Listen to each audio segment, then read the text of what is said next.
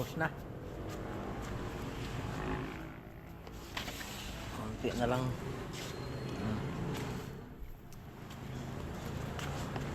Ano na yun eh, 5 piraso. Buongon.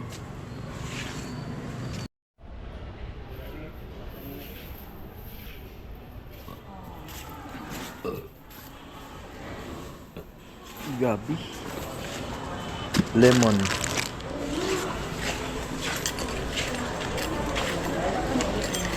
Yun. Good morning. Good morning mga idol. Happy New Year. Belated. At ayan na mga idol. Ito na po yung natira sa ating paninda. Ang paninda ni Mama.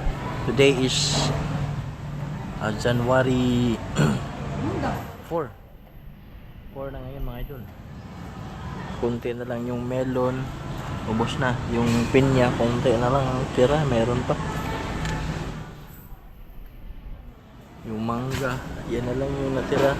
Yung 12 na karton na in order.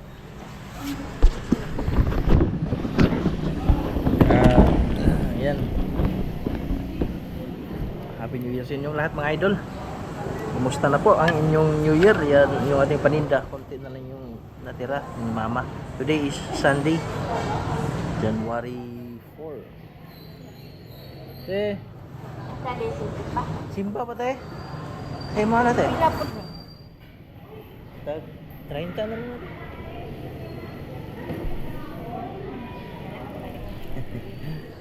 Ayan. Yung ating mga paninda, yun nga sabi ko sa nakaraang vlog. Pag nagtitinda talaga sa pagsalubong ng bagong taon, talagang hindi man ganong maubos, pero papaldo talaga.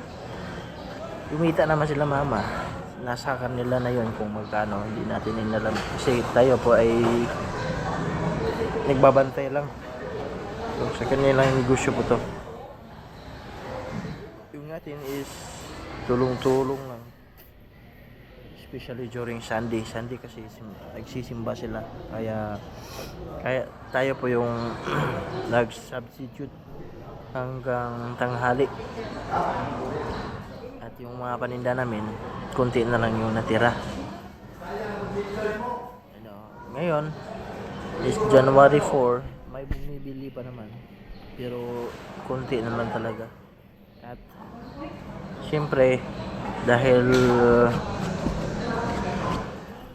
nagdaan yung bagong taon, marami pang yung mga tao ng prutas. Hindi pa gaano silang bumibili. Marami pa silang prutas sa lamesa. Kaya diskarte din nila Mama, hindi na kunti na lang yung stock yung ibibenta kasi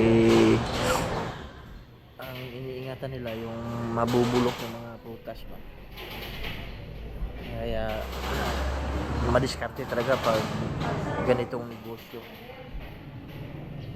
Kasi pag marami yung stock tapos tulad ngayon kakapalit ng bagong taon, marami pang mga putas yung mga nagbebenta mga tao.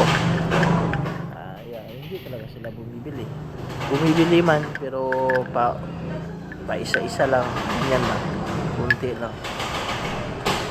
Ayun po yung ating vlog ngayon mga idol. Kumusta na po kayong lahat? Ayan, pang-update lang ito mga idol. Mega love shoutout nga pala kay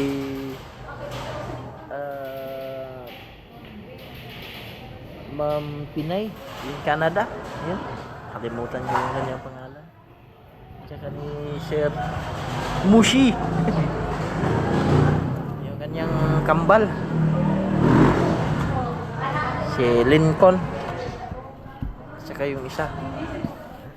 Mega love shoutout sa inyo lahat. Kay Ate Nora, yung aking mga kapatid, BCJN TV, Ate Al, si Ate Marisa. Thank you sa mga gift ninyo sa anak ko ng New Year tsaka bagong taon.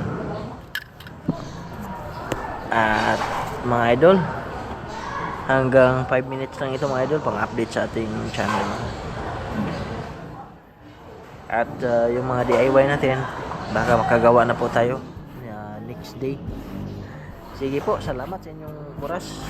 Mag-ingat po kayong palagi. Ito po si Farmer Boy, lagi nag-iiwan ng God bless at ingat. Bye-bye.